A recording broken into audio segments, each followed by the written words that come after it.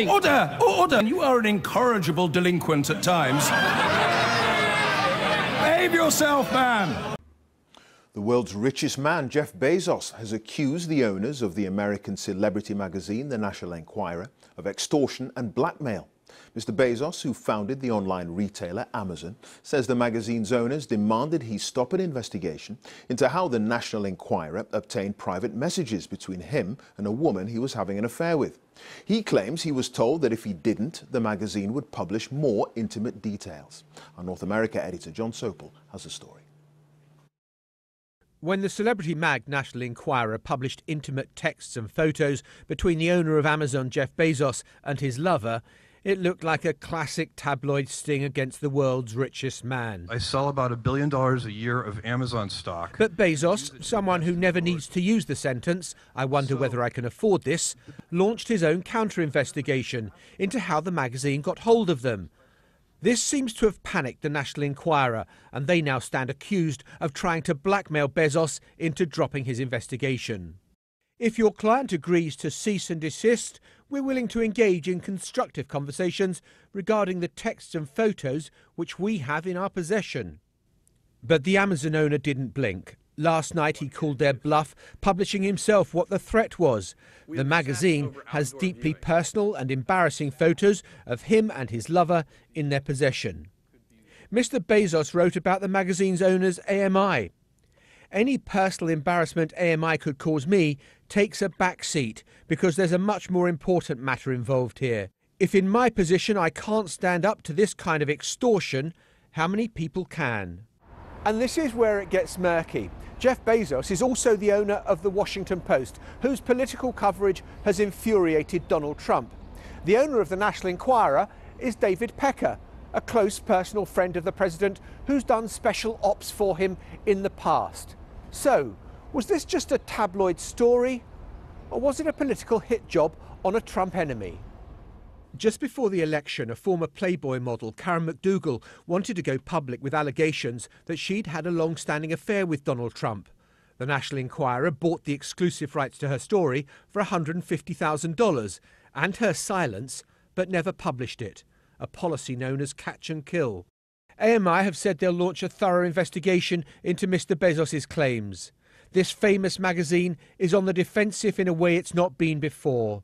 It looks like they picked a fight with the wrong man. John Sopel, BBC News, Washington. The world's richest man's locked in an extraordinary legal battle with the owner of America's best-known tabloid magazine. Amazon's Jeff Bezos says the National Enquirer tried to blackmail him over intimate photos of him and his lover. Mr. Bezos has published letters of what he calls the indecent proposal. Emma Murphy reports. He's the world's richest man, the founder and boss of Amazon and owner of the Washington Post newspaper. Now, Jeff Bezos claims he's the subject of an extortion and blackmail attempt by the National Enquirer magazine. Primed for battle, Jeff Bezos takes on the nation's most notorious tabloid. At the end of last year, Bezos was on the front of the National Enquirer when photos and texts between the married father of 4 and his new partner were leaked. Bezos launched an investigation and has now released emails from the magazine threatening to publish even more explicit images if he didn't drop that inquiry, and his belief that the reports were politically motivated. In an article titled "No Thank You, Mr. Pecker," directed at the Enquirer's boss, David Pecker, Bezos writes, "Of course I don't want personal photos published, but I also won't participate in their well-known practice of blackmail, political favours, political attacks and corruption. I prefer to stand up, roll this log over and see what crawls out." And that's where this goes from tittle-tattle to politics. Jeff Bezos' paper, The Washington Post, is highly critical of Donald Trump. The National Enquirer boss, David Pecker, is a long-time confidant and ally of the president and is accused of burying controversial stories about him. Bezos believes the threat to publish the photos is a deliberate attempt to silence his paper's criticism of the president. It's really dangerous to demonize the media. It's dangerous to call the media lowlifes. It's dangerous to say that they're the enemy of the people. The antipathy is shared. This was the president's reaction to news of the Bezos divorce. Well, I wish him luck. That's it? I wish him luck. It's going to be a beauty. All right. The National Enquirer insists such rancour has nothing to do with their story. In a statement, they said American media emphatically rejects any assertion that its reporting was instigated, dictated or influenced in any manner by external forces, political or otherwise. Simply put, this was and is a news story. Welcome! Whether it was a story or wasn't, it certainly is now. Emma Murphy, ITV News in the United States. Thank you. Thank you for... Jeff Bezos, the billionaire owner of Amazon and the Washington Post, is going to war with the US tabloid The National Enquirer. Mr. Bezos accuses its parent company of extortion and blackmail. He says they threatened to publish revealing personal photos unless the Amazon chief executive publicly stated that the Enquirer's reporting was not politically motivated. American media said today that they acted lawfully in the reporting of the story of Mr. Bezos, but they would thoroughly investigate the claims. Our chief correspondent, Alex Thompson, reports.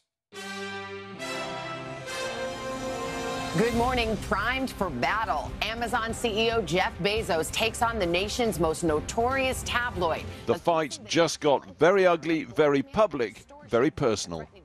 In one corner, Amazon boss Jeff Bezos, the world's richest person. In the other, AMI boss David Pecker. In one corner, Jeff Bezos' newspaper, The Washington Post. In the other, David Pecker's tabloid, The National Enquirer. For months, Bezos' Washington Post has been investigating the murder of its Saudi Arabian columnist, Jamal Khashoggi. The Post has also been probing alleged links between AMI and the Saudi regime. AMI were behind this glossy puff paper praising the Saudi government, recently delivered to supermarkets across the USA. And it's widely reported AMI bosses and their Saudi guests were at a Donald Trump White House dinner. I think that a lot of American journalists would be happy to see the National Enquirer go away. That's a hard thing to say because we all love the First Amendment here in the United States, and we have much more permissive libel laws and so forth here than in, for example, Britain. But it's not clear whether they're a journalistic outfit or merely a political blackmail arm of Trump world. I think customers are going to be very grateful to them. In classic tabloid fashion, the National Enquirer published intimate texts between Jeff Bezos and his girlfriend Lauren Sanchez. Result? Not a lot. The Washington Post investigations simply continued. Then this week, alleged Bezos, one AMI boss resorted to straight blackmail. Bezos today published what he claims is a confidential email from one of Pecker's lawyers, dated Tuesday, February the 5th, timed 3:33 p.m. It seems to lay out a deal. Paragraph 2, the demand. A public, mutually agreed upon acknowledgement from Bezos parties, released through a mutually agreeable news outlet, affirming that they have no knowledge or basis for suggesting that AMI's coverage was politically motivated or influenced by political forces, and an agreement that they will cease referring to such a possibility. Then paragraph 6, the threat. In the case of a breach of the agreement by one or more of Bezos' parties, AMI is released from its obligations under the agreement and may publish the unpublished materials. Welcome! Well, what unpublished materials? Bezos says the National Enquirer emailed him saying they have 9 intimate photos of the Amazon boss, naked, semi-naked selfies and so forth. He accuses the paper of blackmail. Bezos won't lack allies in Washington media circles. I think that the National Enquirer here in the United States claims to be journalism, but is often nothing more than strong-arm tactics and bullying. The president himself uncharacteristically reticent on all this so far. Though back in January he was tweeting, nay, crowing indeed, when the National Enquirer splashed private text messages from Jeff Bezos prior to the Amazon boss getting divorced. So sorry to hear the news about Jeff Bezos being taken down by a competitor, whose reporting, I understand, is far more accurate than the reporting in his lobbyist newspaper, the Amazon Washington Post. Hopefully the paper will soon be placed in better and more responsible hands. As for AMI, they're not giving any interviews, but said, American media believes fervently that it acted lawfully in the reporting of the story of Mr. Bezos. Nonetheless, in light of the nature of the allegations made by Mr. Bezos, the board has convened and determined that it should promptly and thoroughly investigate the claims. Well, joining me now from Washington is Mark Fisher, Washington Post senior editor and co-author of Trump Revealed. How much do you think the Washington Post's coverage of Trump has to do with this whole scandal?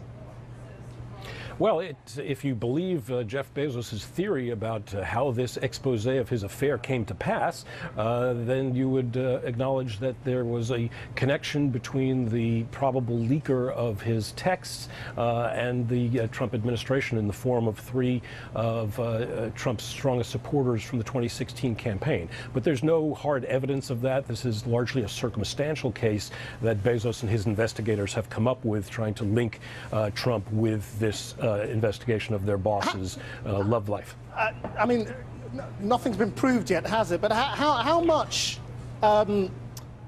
editorial influence does Bezos have at the Washington Post? I mean, take today's story today about Amazon maybe withdrawing from a new New York headquarters. They've got the scoop from a source close to the company. You know, is that Jeff Bezos? Does he plant stories in the paper? Goodness, no. In fact, one of the most extraordinary aspects of this entire saga is the fact that the Amazon and Bezos people were talking to us at all. They normally do not. Normally they either do not respond or they say that they have no comment on anything that we might be working on. So there's a very distant, very hands-off relationship. Bezos plays no role in our editorial decisions, no role in any story having to do with him or his companies. So in this case, Bezos would not talk to us for the story about his love life and the Enquirer's coverage, but they did unusually point us toward their security chief, this guy Gavin DeBecker, who was at the heart of these allegations that are now being made against the Enquirer. So that was strikingly unusual for them to cooperate with us in any way. I mean, what's he like? I mean, you know, hiring a private investigator to investigate the source of stories against him, then coming out with this and detailing all the allegations against him. I mean, it's all very out there and pretty aggressive. Is that the kind of man he is? I don't know, I've never met him, but I can tell you that it's not the way he normally acts. Normally, as I said, he's extremely standoffish about news coverage. He and his organization are as resistant to us as any large corporation ever is. And so for them to suddenly cooperate on this case and want to have their story out there about how the National Enquirer, how and why the National Enquirer came after Jeff Bezos, that is very unusual indeed. So it certainly shows, and we saw from Bezos' own blog post, that he is extremely upset by this series of events, which it must be said was triggered by his own behavior and his own destruction of his marriage. Can you just explain the Saudi connection in all this? I'm not sure there is one. Certainly Bezos would like us to believe that there is one, but I've seen no evidence of it. What Bezos would have us believe is that the Saudi Arabians have been assisting the National Enquirer, perhaps financially, that there's a long-standing relationship between President Trump and the Saudis, just as there is between President Trump and the National Enquirer, and that somehow these came together in the form of the Saudis helping out the National Enquirer with its deep debt, and the National Enquirer published a glossy magazine extolling the virtues of the Saudi regime, and somehow the Bezos folks have concluded that there was a quid pro quo, and that the investigation into Bezos' love life was a part of that exchange. But they've provided no documentary evidence, nothing beyond some circumstantial moments in time that would back up their theory. I mean, how do you think this is all going down? I mean, you know, this is sort of a billionaires sort of war, and it's almost like a sort of a billionaires playground, isn't it? I mean, does anybody come out of this well? It's hard to see anybody coming out of this well. Certainly there are those who see Bezos as something of a hero for having the courage to stand up to the National Enquirer, but it doesn't take a whole lot of courage for the richest man in the world to stand up against a gossip magazine that is in deep debt and has plummeting circulation. So I'm not seeing a lot of courage there. On the other hand, obviously, there are people who have been burned by the National Enquirer's reporting in the past who are gleeful to see someone challenging them in a strong way. But it should be said that the National Enquirer, for all of its scurrilous reporting, has a long history of having a rather symbiotic relationship with celebrities. They may whine and moan about the ways in which their privacy is interfered with by the National Enquirer, but they're also benefiting from the publicity that get from such gossip tabloids. Mark Fisher, thank you very much indeed.